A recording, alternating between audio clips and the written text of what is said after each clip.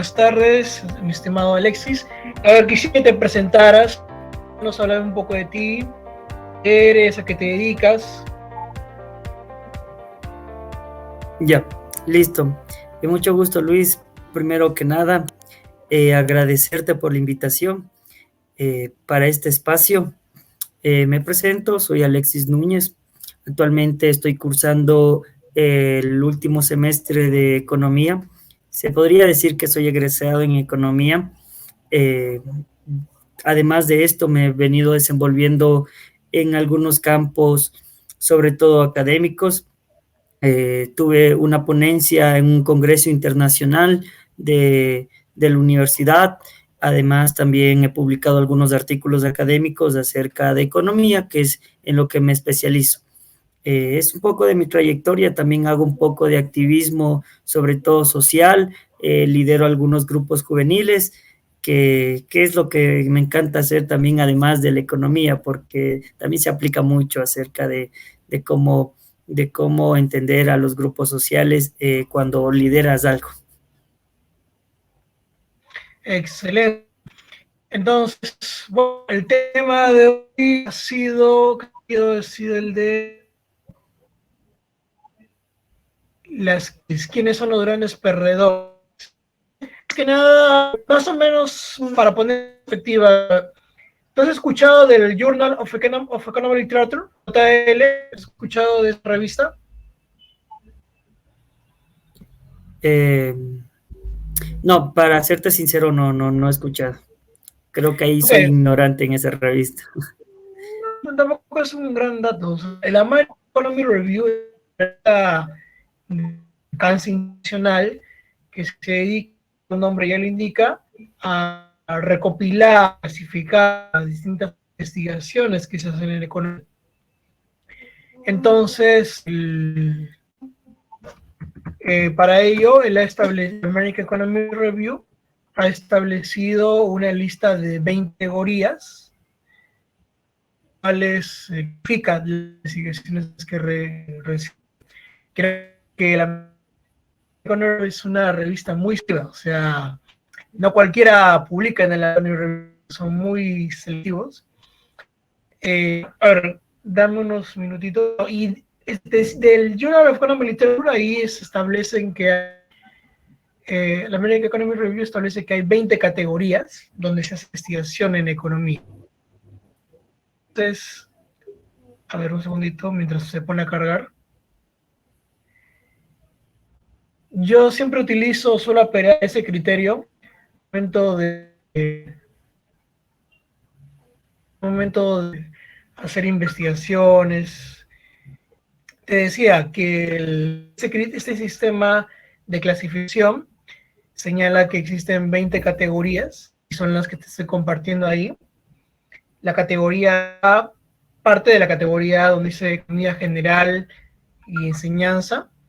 La categoría B es historia del pensamiento económico, metodología, enfoques heterodoxos. La categoría C es matemáticas y métodos cuantitativos. La categoría D es la de microeconomía. La categoría E es la de macroeconomía y economía monetaria. Y bueno, las últimas de este criterio señala categoría Q, economía de los recursos naturales, economía de la agricultura, economía ecológica y medioambiental, economía rural y economía urbana, y finalmente otros tópicos. Son 20 categorías, como repito.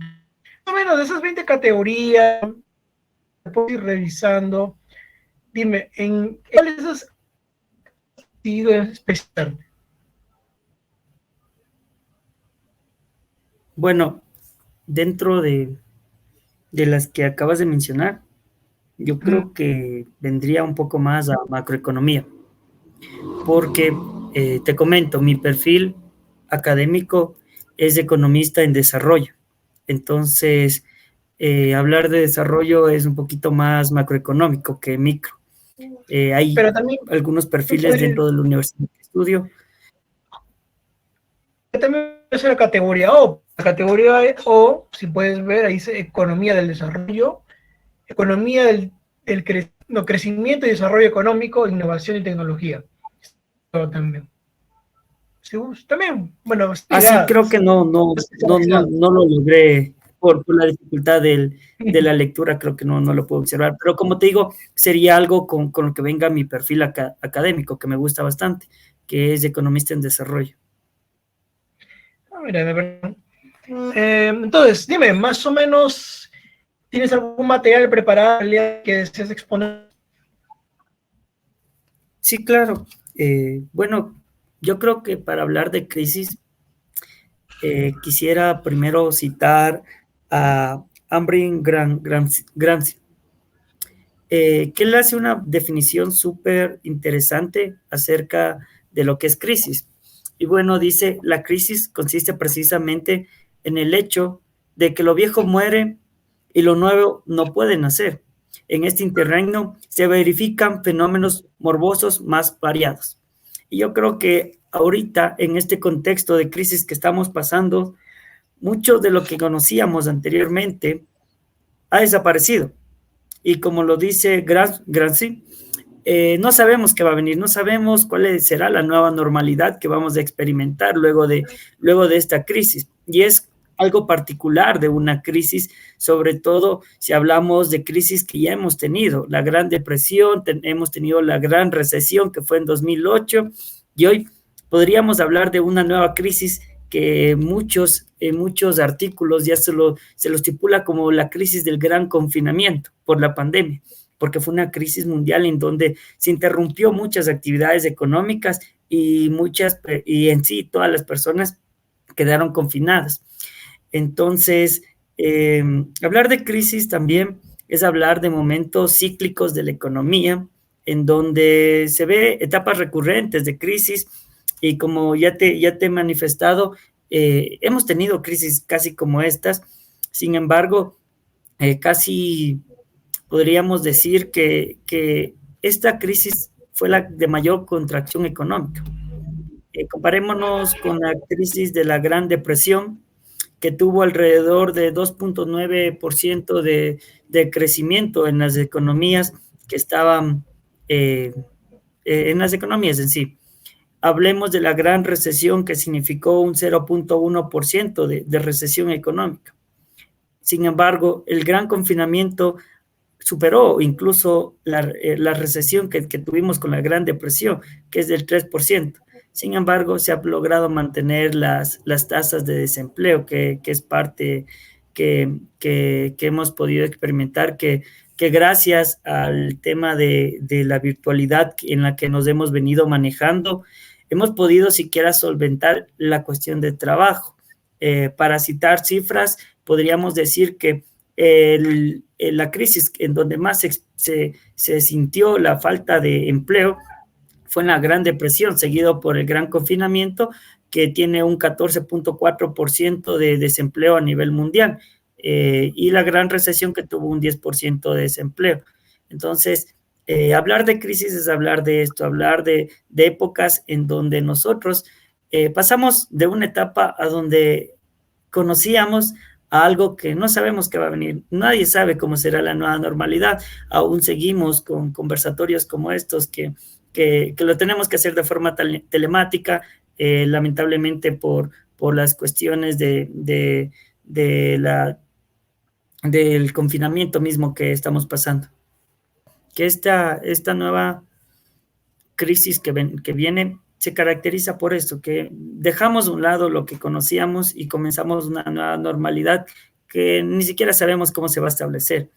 Y esto es lo que yo interpretaba justo dentro de dentro de lo que dice Gramsci acerca de las crisis, y es por eso que lo citaba.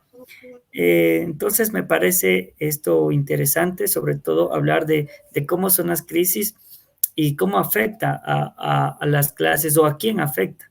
Sobre todo, hemos visto cómo se ha venido deteriorando los planes de desarrollo social que hemos tenido planteados. Hemos visto afectado el plan de desarrollo, sobre todo en pobreza, hambre, educación, equidad de género. Tenemos problemas con empleo, sostenibilidad de las ciudades. Entonces, En estos puntos se puede observar que esta crisis es multidimensional, ha venido afectando a muchos sectores y el tema de aquí es, ¿pero qué sector específico? Y bueno, si vale,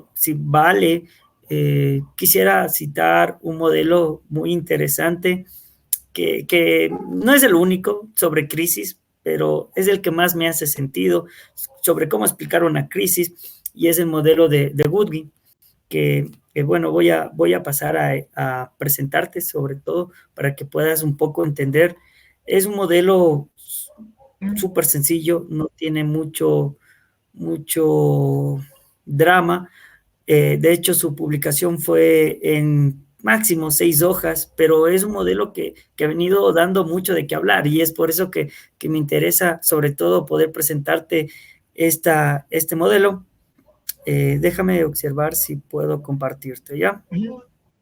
Bueno, ¿qué nos dice el modelo de Goodwin y en qué se basa principalmente? Este modelo hace referencia a una asimilación o una asimilación importante sobre lo que estipula alguien que había elaborado un modelo sobre empresa depredador, y él hace una relación sobre la clase capitalista y sobre la clase trabajadora, y él, para explicar la crisis, explica en función de cómo se dan estos ciclos.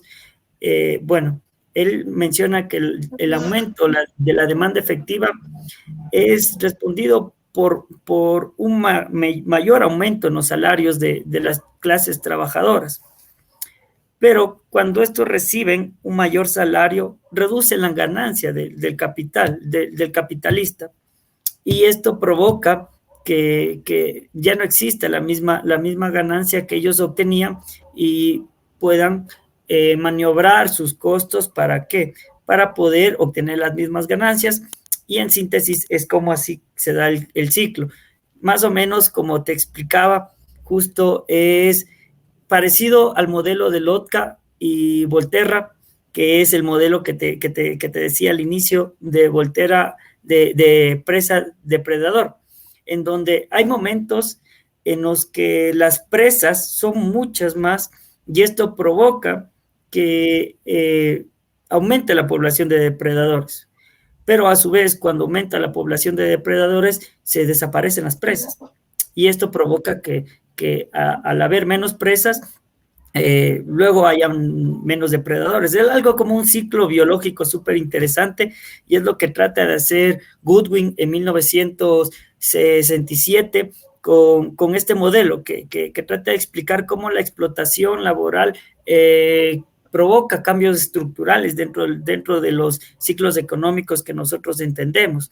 Y si nosotros podemos decir a quiénes afecta principalmente las crisis económicas, son a las clases trabajadoras que no cuentan con un capital, que no son en este momento depredadores, sino son presas que se ven sumidos por estos cambios estructurales que venimos viendo dentro del capital. Es eso, y yo creo que parte importante de los ciclos que más me hace sentido es esta relación de cómo se maneja el aumento, sobre todo de las ganancias de quienes son los grandes capitales, y provocan luego una disminución de los salarios que son de los trabajadores. Muy interesante el modelo. Bueno, justo ya el modelo, no sé si puedes visualizar lo que estoy compartiendo en pantalla. Hay dos circunferencias. Sí. Listo. Bueno, vamos a hacer un pequeño ejercicio de lo que se conoce como epistemología. Bueno, ahí como puedes apreciar hay dos diferencias. En una están las creencias, en otra están los hechos. O sea, en la primera están las hipótesis y en la siguiente están las evidencias.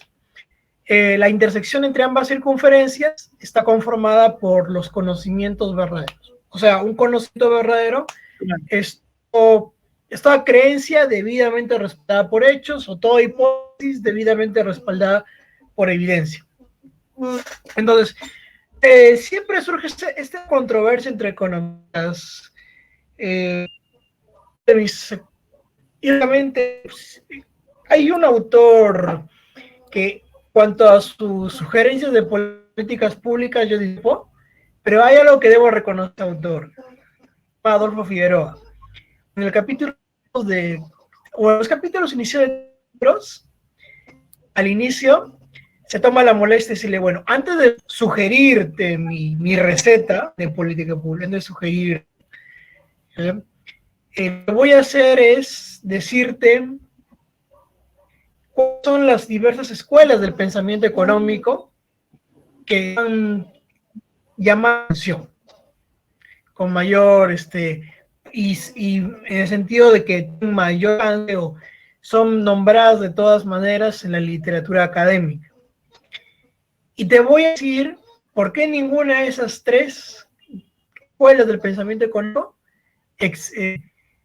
realmente refleja nuestra realidad.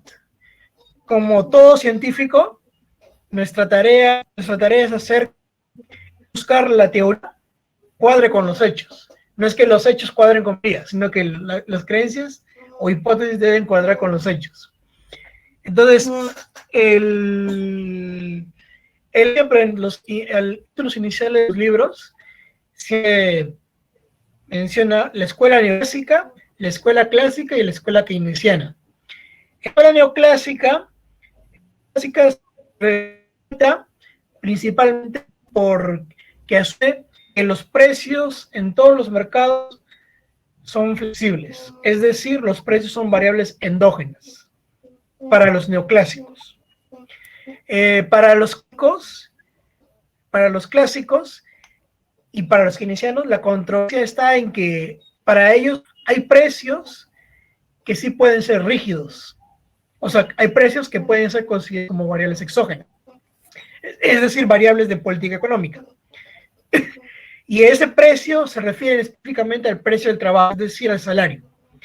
Para los keynesianos, el salario real es una variable exógena, por ejemplo. Para los clásicos, es el salario nominal el que es la variable exógena. Ese es el punto, la controversia. El mercado de trabajo es lo que es donde el punto en donde separa a las tres escuelas, esas tres escuelas. Para los neoclásicos, todos los precios, incluido el salario, son variables endógenas o son flexibles.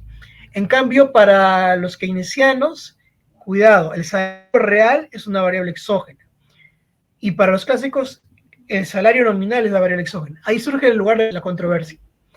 Entonces, este autor, Adolfo Figueroa, dice, bueno, mira, yo he estado haciendo el debido seguimiento a la realidad, a nuestra realidad, y he encontrado que hay una serie de 10 hechos estilizados, debidamente registrados. O sea, regulaciones empíricas, es lo que he encontrado, estas 10. Se entiende que una buena teoría debe ser aquella que explique esos 10 hechos estilizados que él señala. Y él te prueba, por ejemplo, dice, ¿sabes qué? Esta teoría solamente te prueba 3 de esos 10 hechos. Esta otra te prueba solamente 4. Esta otra solamente te prueba 5. O sea, son imperfectas. Ninguna de las tres más conocidas, la keynesiana, la clásica y la neoclásica, ninguna de las tres son perfectas. Y es cuando luego él sugiere su propia teoría, que ya es un poquito más robusta porque la tienen creo que 7 u 8 de esos 10 hechos estilizados. ¿Has hecho trabajos más o menos así, siguiendo esa metodología? ¿O solamente todavía has visto cuestiones teóricas? Porque la literatura académica donde yo he visto se puede clasificar en trabajos netamente teóricos, trabajos netamente empíricos, claro. Y hay otros en los que sí, hay una mezcla, hay una mezcla. Más o menos ahí son las categorías. Sí, sobre todo trabajos con modelos econométricos para explicar casos. Sí he elaborado. De hecho, recientemente publiqué un un trabajo en una revista de Brasil sobre la teoría del lugar central de Walter Kristaller para explicar cómo las decisiones que tomaron dentro de un centro de acopio de productos agrícolas fueron innecesarias e inútiles y que lo único que hicieron es, es deteriorar la base del mercado. Por ejemplo, yo creo que eso es a lo que te refieres con Ujú. empírico, sobre todo relacionar los hechos en un modelo econométrico y explicar por qué sucedieron. Claro, Entonces, lo que yo proponía justo en ese lugar era a través de la teoría del lugar central, tratar de analizar qué tan bien estructurado está el mercado y cómo las personas deciden en virtud de los espacios. Y luego de ese análisis con el modelo econométrico determinamos que la ubicación de cómo se fueron reelaborando los puestos incidió en la baja de las ventas. Y también luego de otros factores que, como tú también dices, no hay modelos perfectos y quizás ojalá encontremos algún modelo perfecto que contemple todas las variables, porque dentro de economía nos manejamos con el ceteris paribus, tú sabes, claro, que claro. algunas cosas constantes. Esto por no toparlas, porque si no nos friegan el modelo. Entonces, yo, por ejemplo, utilicé cosas como la influencia de la pandemia, ceteris paribus, porque estaba dentro de un periodo que todavía no había pandemia, eh, en un mes, en 2 meses, comenzó la pandemia. Y claro que no ingresaría dentro de toda la etapa analizada. Entonces lo dejamos fuera del modelo porque no era tan significante dentro de toda la serie de tiempo que estábamos analizando. Pero hay algunas cosas que sí se podrían añadir, sobre todo la diferencia de precios y estas cosas. Entonces, dentro también incluso del modelo de Goodwin, hay cosas que no se pueden explicar dentro de los ciclos y es acerca de que él pone entre sus supuestos para el modelo es que la economía sea cerrada y que no exista la intervención estatal.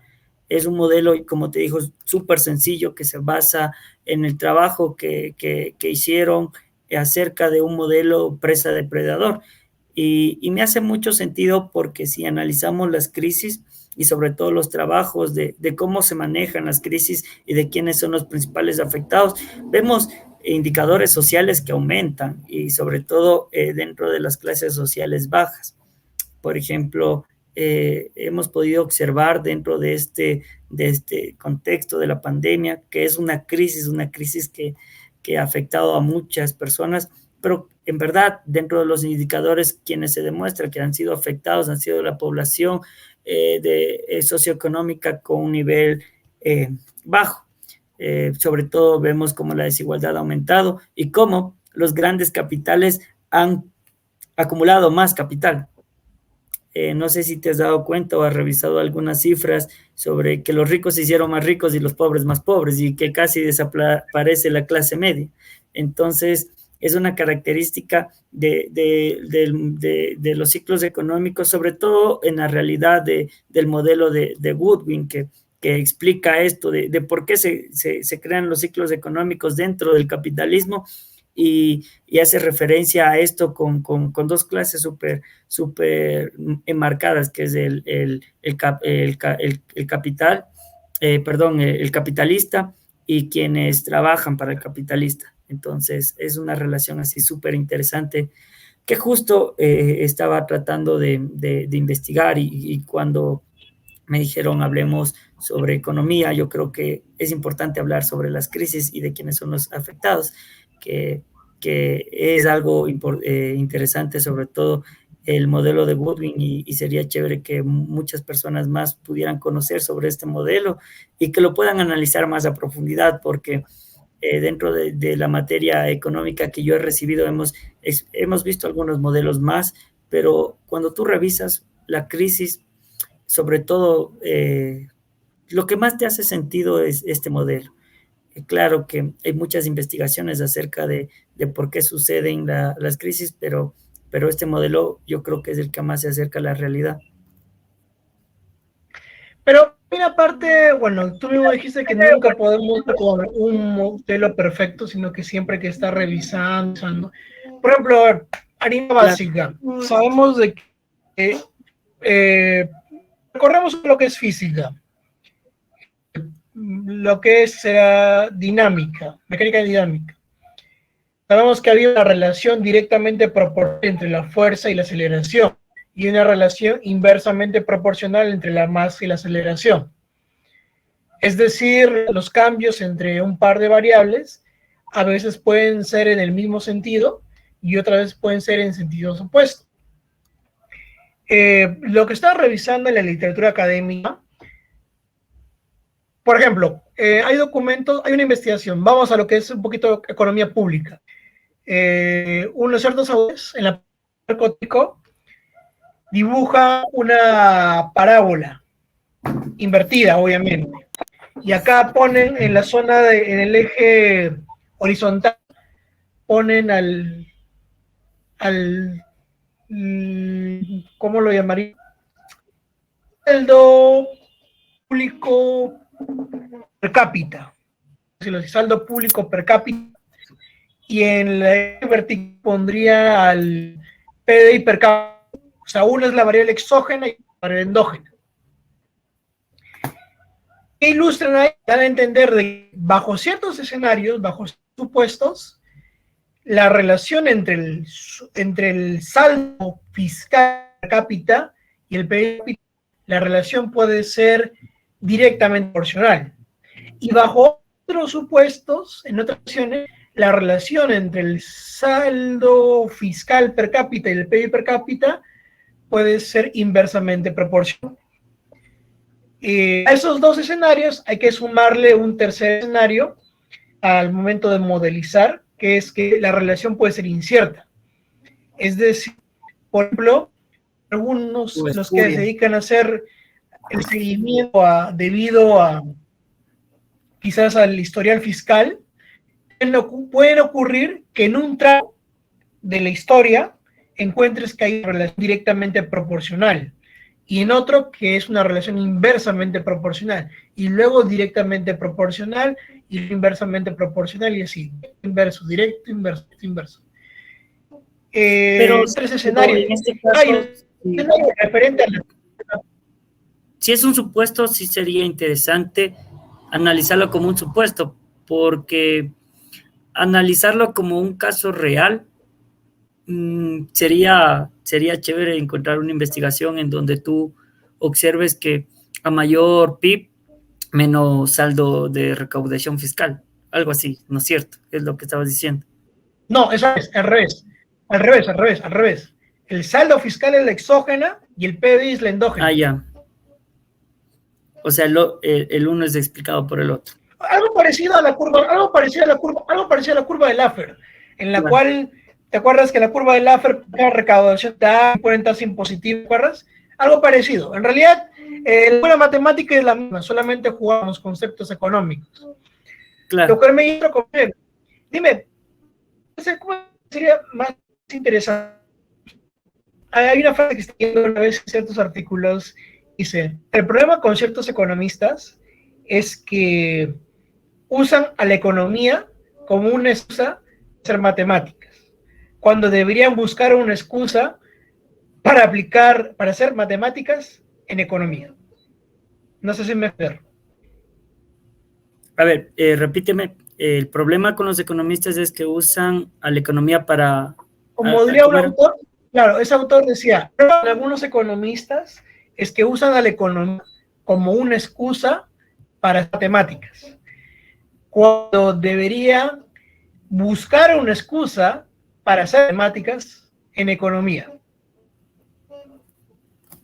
Ah, ya. O sea, hacen economía para las matemáticas cuando debería ser las matemáticas que hacen las economías, algo así. O sea, sobre todo la teoría económica. Quizás un poquito también mostrando eso, regresando a lo que hablé del Journal of Economic Literature, si recuerdas, en la categoría estaba la sección de métodos cuánticos. es algo así como matemática y estadística aplicada a la economía. Y si yo me tomé la molestia de la lista de los premios Nobel que han habido hasta ahora, donde más aporte ha habido en la categoría C, que es la de matemática y métodos cuantitativos. Por lo menos unos 20 premios Nobel de Economía habrán hecho aportes en esa área. O sea, les premiaron específicamente por sus aportes en ese campo.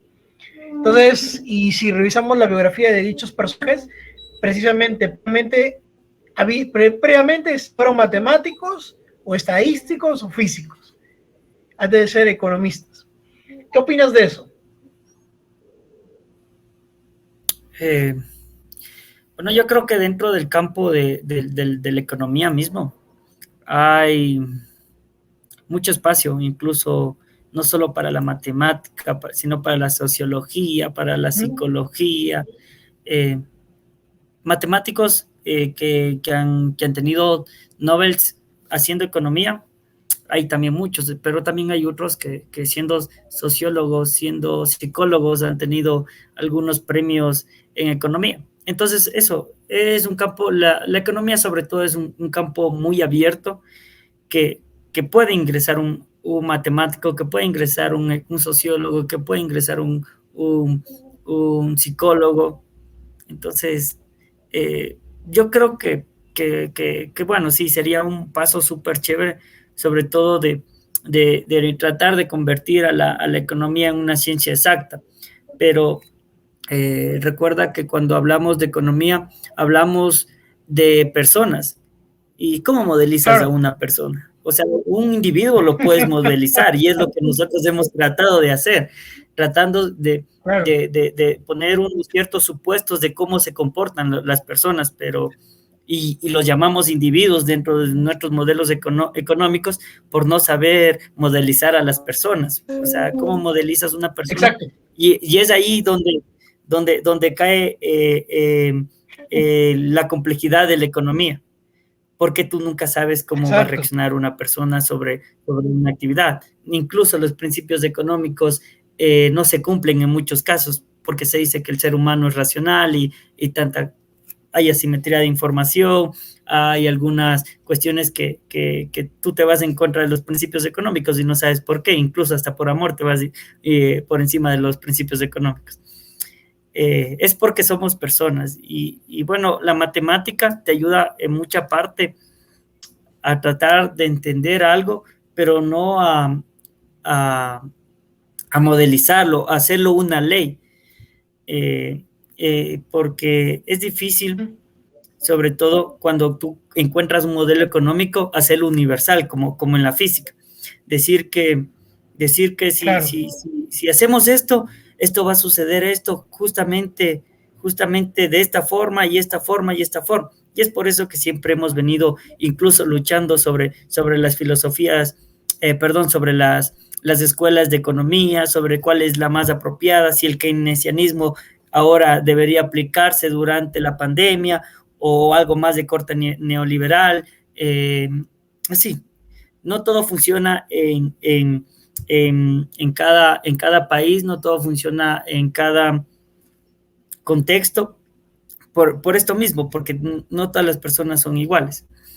Quizás es un dato interesante el saber que hay algunos matemáticos, sobre todo que han logrado entender cómo los seres humanos han venido diseñando sus decisiones, como sobre todo, pero dentro de la economía hay una larga brecha, sobre todo para poder modelizar a las personas, y no sé si algún día lo lográramos, fuera algo increíble saber que si hacemos esto con una variable, esto va a tratar de reaccionar con esta cosa, porque esto, modelizar todo un conjunto, incluso los rasgos psicológicos de las personas, porque esto incide en cómo toman decisiones, la cuestión monetaria, porque los recursos también hacen que tengas algunas ciertas decisiones, la cuestión política, la cuestión de el ambiente socioeconómico, porque una persona puede tener más probabilidad de ser un ladrón solo por su ambiente socioeconómico. Y así, sí sería súper difícil, hasta yo no lo veo todavía como que la economía pueda ser eh, algo tan exacto como la matemáticas o la física, pero sí hay buenos aportes dentro de la matemática, sobre todo en los modelos económicos y lo justo que te estaba hablando acerca de la crisis es un modelo matemático que logró hacer, eh, siempre se me van los nombres de estos autores, Lotka y Voltaire, ya, con su modelo de las ecuaciones presa-depredador. Es una gran avance, sobre todo para entender cómo reaccionamos como ciclos económicos o ciclos biológicos, pero que, como te dije, no explican del todo las crisis, pero sí te dan un cierto contexto de quiénes sufren más en las crisis. Y como te explicaba, son los niveles socioeconómicos bajos, sí, no en su mayoría, podríamos decir, pero hay una gran, no en su totalidad, perdón, pero hay un gran porcentaje donde se ve que son ellos quienes son afectados. Y, y yo creo que quienes contemplan el capital dentro de las crisis son los que logran acumular más capital, porque tenemos procesos deflacionarios, sobre todo en activos, que tú puedes comprar con capital, aprovechar y, y, a, y amasar más capital por esta cuestión mismo del sistema económico en el que manejamos, que la acumulación de capital permite más acumulación de capital. Y cuando tú recibes una crisis, quien tiene capital puede aprovecharse para acumular más capital. Tú sabes que hay muchos casos en donde personas que estuvieron dentro de las crisis amasaron más capital. Hablemos a nivel de los multimillonarios, solo en Latinoamérica casi duplicaron su capital, creo. Espérame, déjame revisar bien la cifra.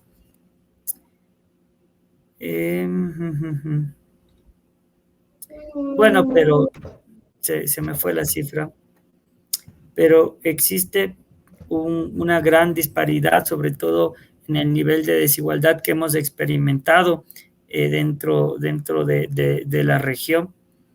Y hemos visto cómo ha crecido la desigualdad a términos que antes no experimentábamos, y sobre todo dentro de Ecuador. No sé, Luis, ¿tú de qué país eres? Yo soy de Perú. Ya, pero dentro, bueno, hubiese sido chévere que seas de Ecuador para decir, sí, cierto, estas cifras son. Dentro de Ecuador casi el 46% de la población está en pobreza, cuando anteriormente teníamos una población de 25% en pobreza. Casi se ha duplicado la pobreza aquí en Ecuador. Y índice de Gini y algunos indicadores que te permiten ver cómo está la situación de los más pobres, te dicen que se ha empeorado. Casi la clase media dentro de esta crisis que nosotros hemos venido afrontando ha sido la que casi ha desaparecido. Ahora ya no son la clase media, sino la clase pobre, por esta situación misma de la crisis y de quién sale afectado dentro de las crisis por el sistema económico que nosotros tenemos y por la acumulación de capital, que permite más acumulación de capital, por las economías de escala y sobre todo las oportunidades que se te presentan en una crisis de poder apoderarte de más capital. Regresando a la frase que hablé, de que, por ejemplo, con ciertos economistas usan a la economía como una excusa para hacer matemáticas, cuando en realidad deberían buscar una excusa para hacer matemáticas en economía. Me viene, por ejemplo, a ver, no sé si habrás visto ¿has visto alguna película de Rápidos y Furiosos? Te fallo, no soy muy fanático de esas películas. Ok, bueno. A ver, otro ejemplo. Bueno, ¿has visto alguna película de Mad Max? ¿De Max? Mad Max, ¿has escuchado Mad Max?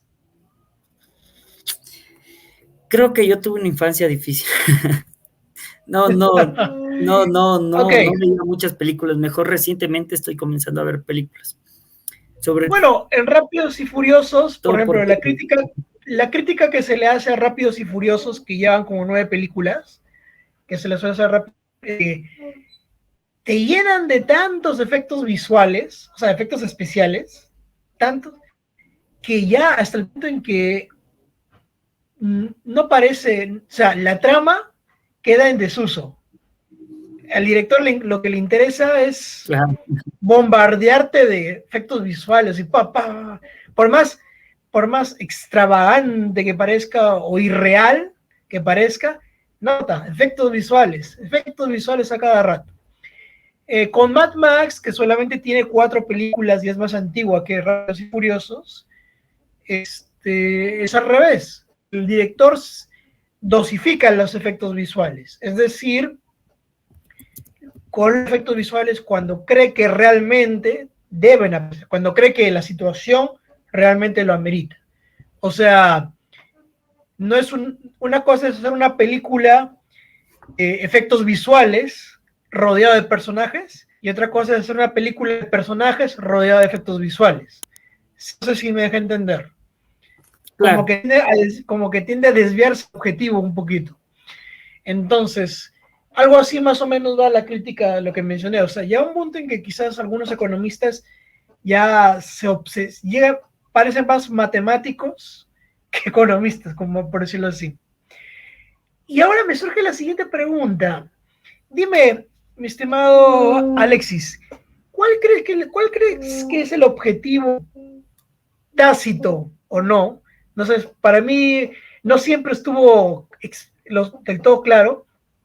Hace poco di con la respuesta, o creo que haber dado con la respuesta, pero te la pregunto, ¿cuál crees que es el objetivo de toda ciencia? En este caso, la economía. ¿Cuál crees que es el objetivo? Alguien te pregunta, ¿cuál es el objetivo de tu carrera? ¿Cómo lo resumirías en una simple línea? Bueno, la economía trata de entender sobre todo a las personas para a partir de aquello poder formular soluciones ante recursos escasos y necesidades ilimitadas.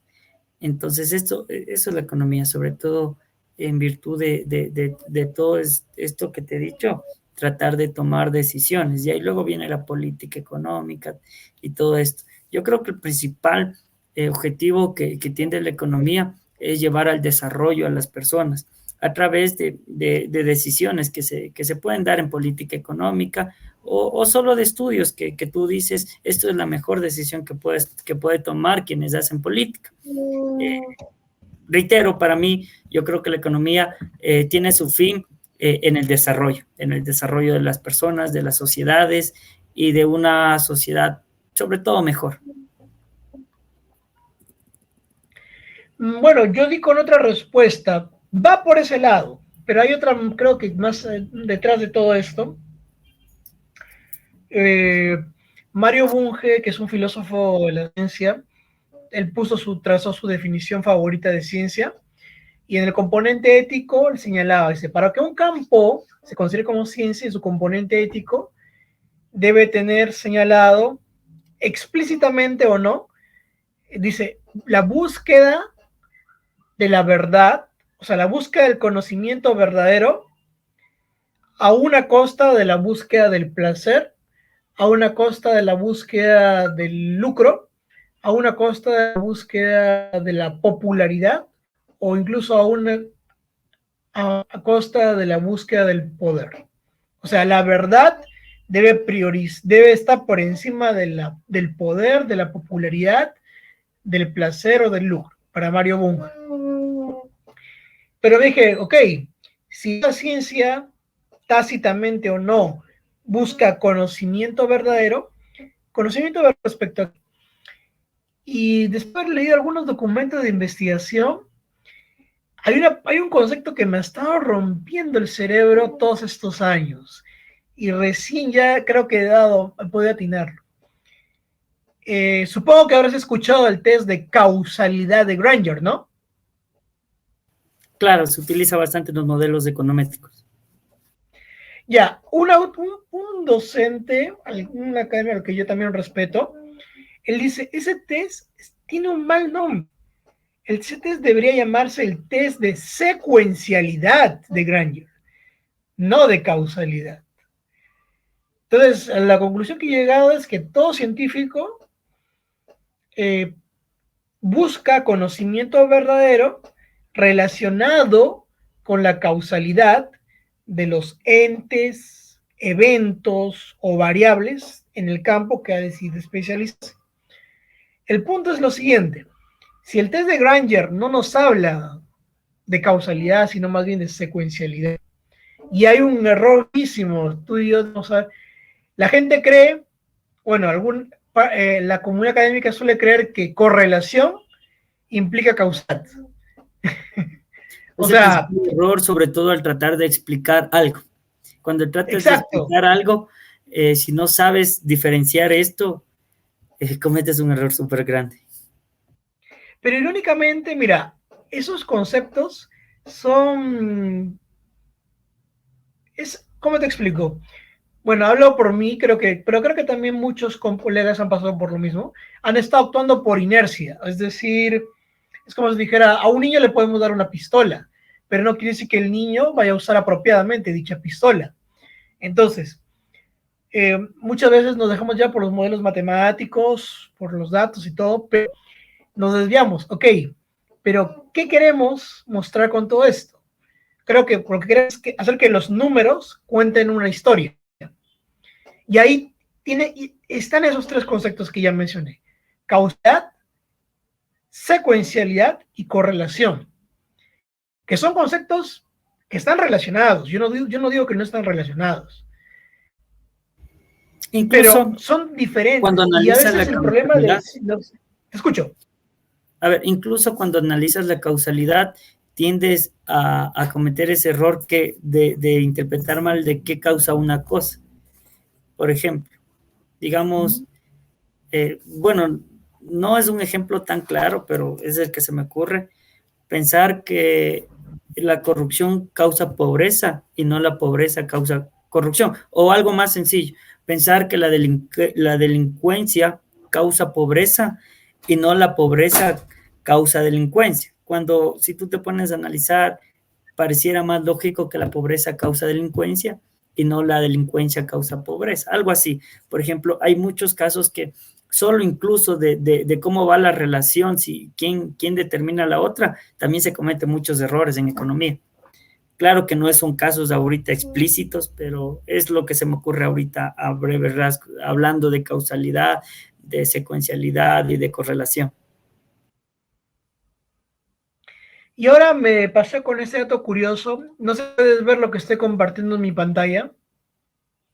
A ver, sí, ahorita se puede ver. Bueno, recién lo encontré hace hace un par de horas. El documento se llama Observation, Causality and Cause Explanation. El autor señala de que, él lo dice de manera explícita, en ningún documento de investigación de ninguna ciencia, cualquier ciencia, no solo economía, psicología, física, química, biología, en ninguno de esos documentos donde se aplica estadística va a encontrar verdadera causalidad.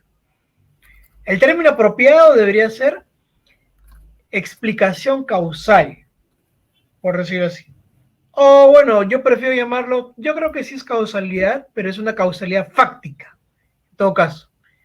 Más no es una causalidad en el sentido verdadero, en el sentido metafísico o filosófico, por decirlo así. Entonces eso es lo que me intriga, ¿no? A veces veo tantos documentos de investigación que ya han sido aprobados y a veces me pregunto, ok, mucha matemática y todo, pero ¿qué me quieres comunicar? A veces algunos documentos en correlación te dicen, he encontrado causalidad cuando no he encontrado correlación. Otros te dicen, he encontrado causalidad cuando lo que encontré es secuencialidad, ¿no? Y Claro. lo irónico es de que los profesores deberían señalárselo eso a los expositores. Mira, cuidadito con esos conceptos, cuidado, cuídate. Entonces, más o menos Bueno, sobre así. todo si tú revisas, te pones a revisar algunos artículos científicos y eso me ha pasado cuando tú revisas para hacer algunas investigaciones. y dices, esto está mal realizado. No todo lo que tú encuentras publicado es tan real como te lo venden, porque hay algunas equivocaciones por ahí que se pasan por encima, como por ejemplo lo que tú manifiestas sobre la causalidad y secuencialidad. Incluso tú viendo los resultados, ellos te dicen, bueno, encontré esto y esto es esto, y entonces y con esto demostré esto. Y es porque creo que se asemeja mucho cuando tú hablas acerca de que muchos buscan a la economía como, a ver, siguen economía como una excusa para hacer matemática, digamos. Hay muchos que realizan una investigación como una forma de solo eh, eh, por ejemplo, tratar de llegar a una conclusión que ya la tenían con anterioridad y solo tratan de maniobrar incluso los datos para llegar a la conclusión que ya tienen. O sea, no es que al último llegan a la conclusión revisando los resultados, sino ya tenían su conclusión, solo necesitaban un artículo para avalar eso. Entre comillas, avalar. Claro, o sea, mm, esas son cosas que a mí me han estado intrigando, por ejemplo. ¿Qué más? ¿De qué más podríamos hablar? Mm, hasta el momento, ¿cuántos documentos de investigación ya has publicado y cuántos están siendo armados, ya preparados por ti? Tengo hasta ahorita 2 publicaciones. Y la verdad, eh, no sé, llega un punto en el que ya no sabes, ya no tienes creatividad para que investigar. Estoy en este punto. Mejor quiero dedicarme a construir un libro sobre, yo sé que es un poco feo, pero fuera de la economía, sino ya un poco más al tema del liderazgo, como te manifestaba al inicio, que también parto de movimientos estudiantiles, de organizaciones. Entonces, por ahí mejor ya se me está viniendo la creatividad. Yo creo que luego ya aparece incluso otra vez la iniciativa de investigar, pero yo creo que así nacen las mejores investigaciones y de hecho, cuando preparé mi primera investigación, nació así, de la nada. No es que tú decías, ay, quiero averiguar sobre esto, sino que te encontrabas esa investigación y decías, esto hay que investigarlo. ¿Por qué pasa? Entonces, quizás por el ambiente mismo que me estoy desenvolviendo últimamente, no encuentro algo que se debe investigar así tan como que, ay, esto toca hacerle un artículo, pero ahora veo una oportunidad incluso de poder escribir un libro a partir de las enseñanzas que he venido aprendiendo y todo eso. Pero eso es dentro del ámbito académico. Igual he participado en ferias de investigación y todo eso, pero solo he logrado publicar 2 libros que diga 2 artículos, por la cuestión misma de que todavía me falta mucho por aprender y tienes todavía algunos vacíos para poder realizar investigaciones más fuertes, yo creo.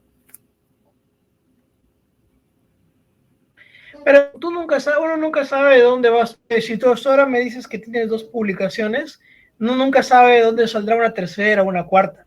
Por Claro, eso es ejemplo, lo que te digo. Más me haría estresarme claro. tratando de, quiero otra investigación. No, yo tranquilo, quizás por ahí encuentro a alguien que se cae y quiero investigar por qué se cayó y saque algo bueno. Por ejemplo, 2 campos que hasta ahora están reluciendo de a poco son la economía conductual y la economía de la religión. Hace un años, esos nombres ni por acá uno se le pasaba por la cabeza. Y ahora... Yo te puedo agregar una más. Hay la economía espacial. Esa es y quizás siempre cuando menciono la economía espacial, siempre dicen, la economía del espacio. No, la economía espacial tiene que ver mucho con el ordenamiento territorial y cómo las personas deciden en función del espacio, que es algo referente a la economía conductual, pero más se especifica en el espacio.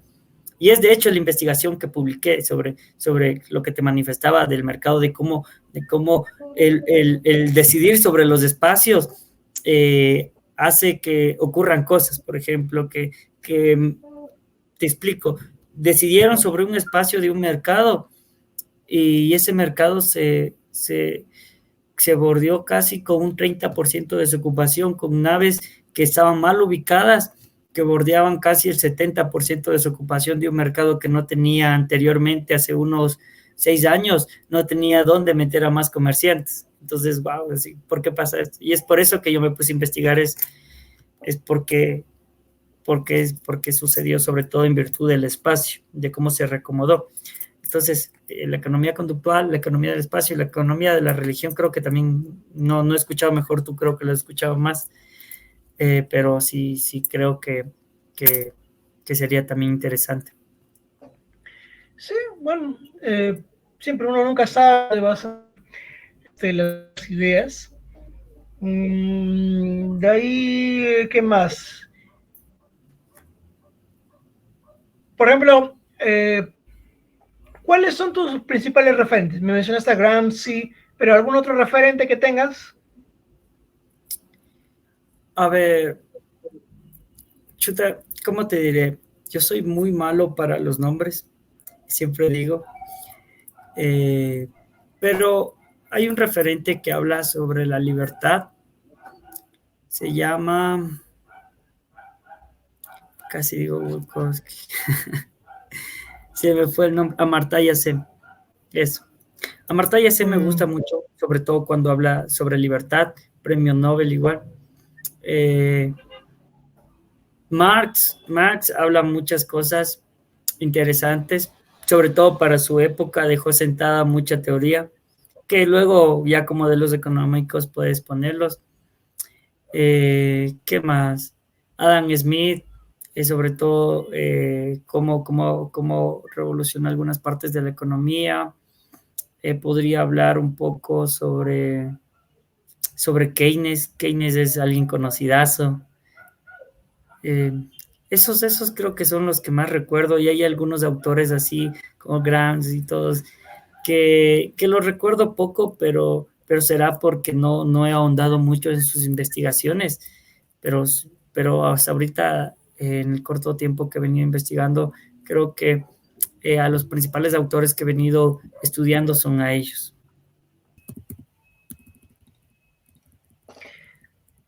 Bueno, no sé si ves en mi pantalla a la respuesta a la pregunta de cuáles son mis referentes académicos. Bueno, generalmente suelen ser personas que irónicamente, aunque ya habíamos hablado de que hay una crítica respecto a eso, son gente que ha hecho más aportes a lo que es el campo de métodos cuantitativos. Ahí tienes a Rainer Fries y a Jan Timbergen, seguido por Paul Samuelson, pasando por Wassily Leontiev. Y últimamente también debo reconocer los aportes que ha hecho Richard Taylor por sus contribuciones a la economía conductual, y a Alvin Roth y a Joy Shapley por su trabajo en la teoría de las asignaciones estables y el diseño del mercado. Como repito, generalmente las personas, los académicos, mis referentes suelen ser gente que han usado mucho la matemática. Bueno, en fin, sin más, ya creo que ya procedemos a hacer la entrevista. Muchas gracias, Alexis, por tu participación.